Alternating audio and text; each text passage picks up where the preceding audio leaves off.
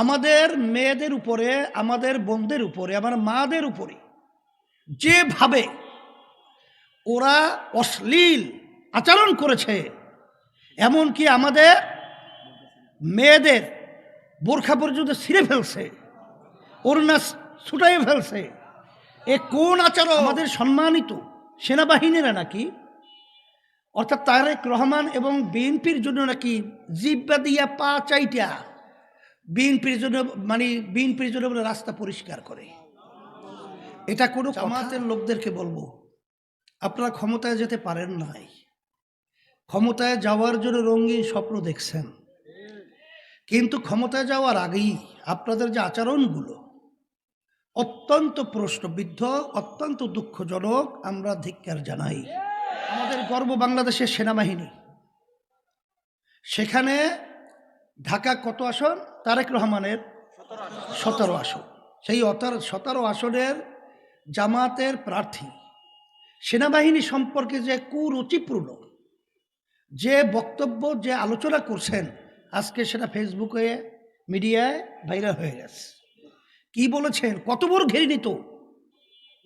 আমাদের সম্মানিত সেনাবাহিনীরা নাকি, অর্থাৎ তারেক রহমান এবং বিএনপির জন্য নাকি জিব্বা দিয়া পা চাইটা বিএনপির জন্য, বিএনপির জন্য রাস্তা পরিষ্কার করে। এটা কোনো কথা? আমরা এই কথার ধিক্কার জানাই, আমরা ঘৃণা সহকারে প্রত্যাখ্যান করছি। আপনারা দেখেছেন খুলনা 1 আসনে আমাদের মা বোনদের কাছে যখন ভোট চাওয়ার জন্য গেছিল ইসলামী আন্দোলন বাংলাদেশ হাত পাকা প্রতীকের পক্ষে, সেখানে দাঁড়িপাল্লা নাম দিয়ে ওদের লোকেরা সেখানে প্রার্থী হলো কৃষ্ণ নন্দী। সেই হিন্দু কৃষ্ণ নন্দীর পক্ষে সেখানে দাঁড়িপাল্লা মার্কায় আমাদের মেয়েদের উপরে, আমাদের বোনদের উপরে, আমার মাদের উপরে যেভাবে ওরা অশ্লীল আচরণ করেছে, এমনকি আমাদের মেয়েদের বোরখা পর্যন্ত ছিঁড়ে ফেলছে, ওড়না ছুটাই ফেলছে।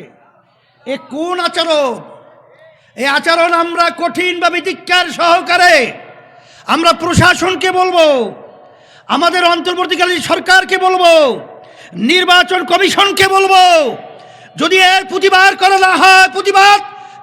করা না হয়, ব্যবস্থা নেওয়া হয়, বাংলাদেশের মধ্যে শান্তিপ্রিয় মানুষ যখন দাউ করে আগুন জ্বালাবে, বাংলাদেশ অশান্তি হয়ে যাবে। নির্বাচনী জনসভায় এখন প্রধান অতিথির গুরুত্বপূর্ণ ভাষণ প্রদান করবেন ইসলামী আন্দোলন বাংলাদেশের সংগ্রামী আমির, এদেশের ইসলামী রাজনীতির অন্যতম আইডল, ইসলামী রাজনীতির উজ্জ্বল নক্ষত্র মুফতি সৈয়দ মোহাম্মদ রেজাউল করিম পীর সাহেব চরমনাই।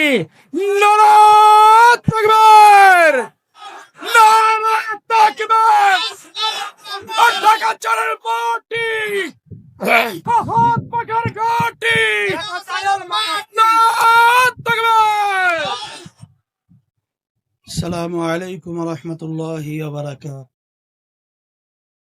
আলহামদুলিল্লাহি ওয়া কাফা ওয়া সালামুন আলা ইবাদিহিল্লাযীনা ইসতাফা, আম্মা বা'দ। শাইতানির রাজীম। বিসমিল্লাহির রহমানির রহিম। ইন্নাদ দীনা ইনদাল্লাহিল ইসলাম। সাদাকাল্লাহুল আলিয়্যুল আযীম। সবাই দুরূদ শরীফ পড়ি। আল্লাহুম্মা সাল্লি আলা সাইয়্যিদিনা নাবিয়িনা শাফিয়িনা ওয়া হাবিবিনা ওয়া মাওলানা মুহাম্মদ সাল্লাল্লাহু আলাইহি ওয়া আলা আলিহি ওয়া আসহাবিহি ওয়া বারাক ওয়া সাল্লাম। প্রিয়তম বলি আলহামদুলিল্লাহ।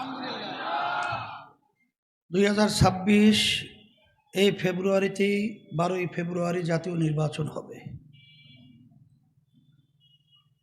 ভোট দেব। ভোট একটা পবিত্র আমানত। পবিত্র আমানত রাখতে হবে পবিত্র জায়গায়।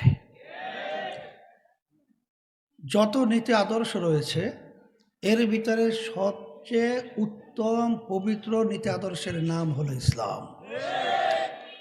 আল্লাহ রাব্বুল আলামিন আমাদেরকে সৃষ্টি করেছেন। আল্লাহ রাব্বুল আলামিন বলেছেন, আমার কাছে একমাত্র গ্রহণযোগ্য নীতি আদর্শের নাম হলো ইসলাম। আর বাংলাদেশের মধ্যে যত নির্বাচনে প্রার্থী আসছে, যত দল আসছে, একটাই দল ইসলামী আন্দোলন বাংলাদেশ হাত পাখা প্রতীক নিয়ে ইসলামের পক্ষে ভোট চাওয়ার জন্য আসছে। এই জন্য আমি সকলকে উদাত্ত আহ্বান জানাবো, আমার ভাইদেরকে, আমার মা বোনদেরকে, আপনাদের পবিত্র আমানত, আপনারা পবিত্র জায়গায় ইসলামের পক্ষের বাক্স হাত পাকা প্রতীকে রাখবেন। এরপরে আমি অন্য আলোচনা বেশি লম্বা না করে আমি সংক্ষেপ বলবো, এই আল্লাহ রাব্বুল আলামিন বলেছেন, যে জাতি নিজেদের ভাগ্যের পরিবর্তন তারা না ঘটায়, ওই জাতির ভাগ্যের পরিবর্তন আমরা ঘটাই না, আমি ঘটাই না। কে বলছেন? আল্লাহ। তাই 54 বছর আমাদের দেশ যারা পরিচালনা করেছে, এরা আবার পুরান নতুন এসে নতুনভাবে আমাদেরকে যা চাওয়া পাওয়া আশা আকাঙ্ক্ষা এরা বাস্তবায়ন করবে, এটা একটা অযৌক্তিক কথা। এই জন্য পরিবর্তন আমাদেরকে করতে হবে। সাথে সাথে আমি বিশেষ করে জামাতের লোকদেরকে বলবো, আপনারা ক্ষমতায় যেতে পারেন নাই, ক্ষমতায় যাওয়ার জন্য রঙিন স্বপ্ন দেখছেন, কিন্তু ক্ষমতায় যাওয়ার আগেই আপনাদের যে আচরণগুলো অত্যন্ত প্রশ্নবিদ্ধ, অত্যন্ত দুঃখজনক, আমরা ধিক্কার জানাই। কিছুদিন আগে আপনারা দেখেছেন আমাদের ভোলায় 4 আসন আমাদের প্রার্থীর বড় মেয়ের উপরে যে ধরনের আচরণ এবং তার গা পর্যন্ত ধাক্কা দিয়ে ফেলাইয়া দেওয়া, এই যে আচরণগুলো করা, এটা কোনো মানুষের কাজ।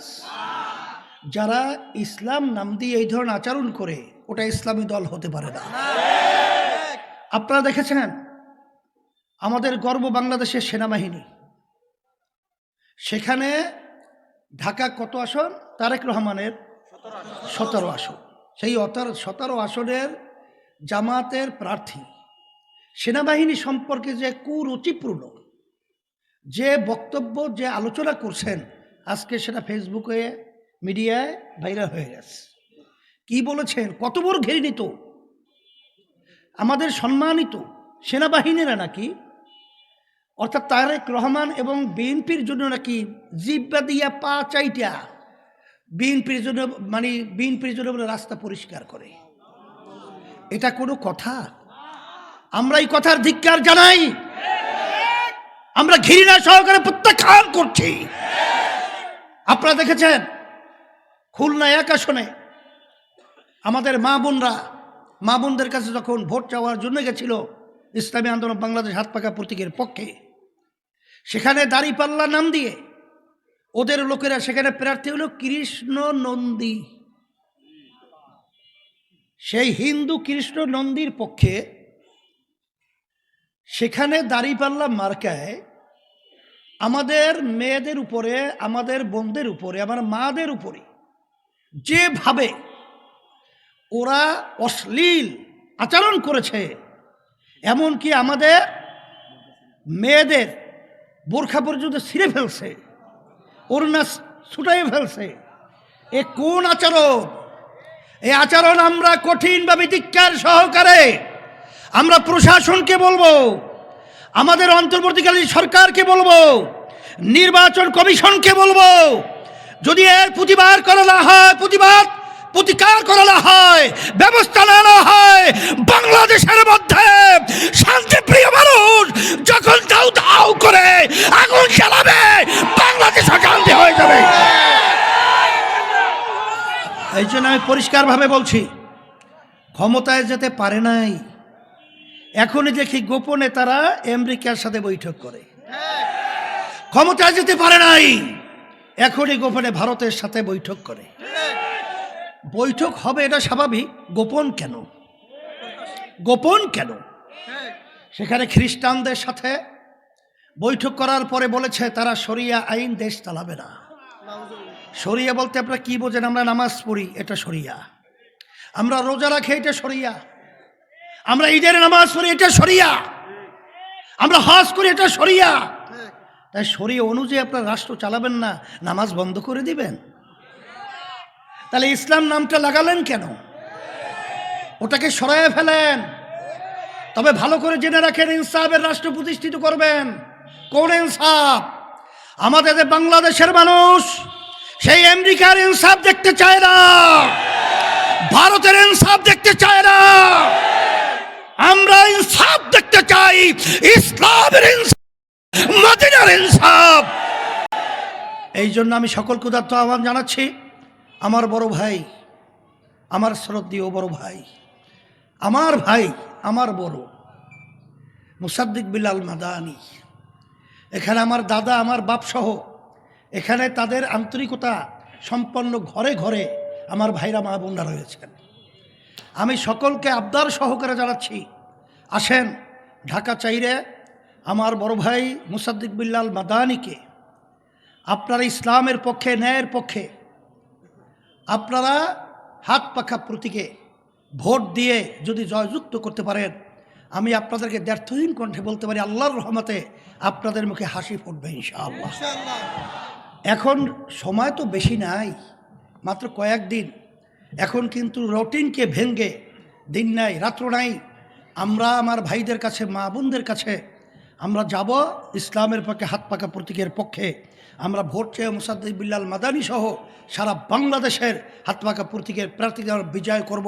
এই জন্য চেষ্টা কে কে করবো, হাত উঠে দেখাই তো। আল্লাহ আপনি দেখেন, আল্লাহ আপনি দেখেন, আল্লাহ আপনি কবুল করে নেন, আল্লাহ আপনি বিজয় দান করেন। আল্লাহুম্মা আমিন।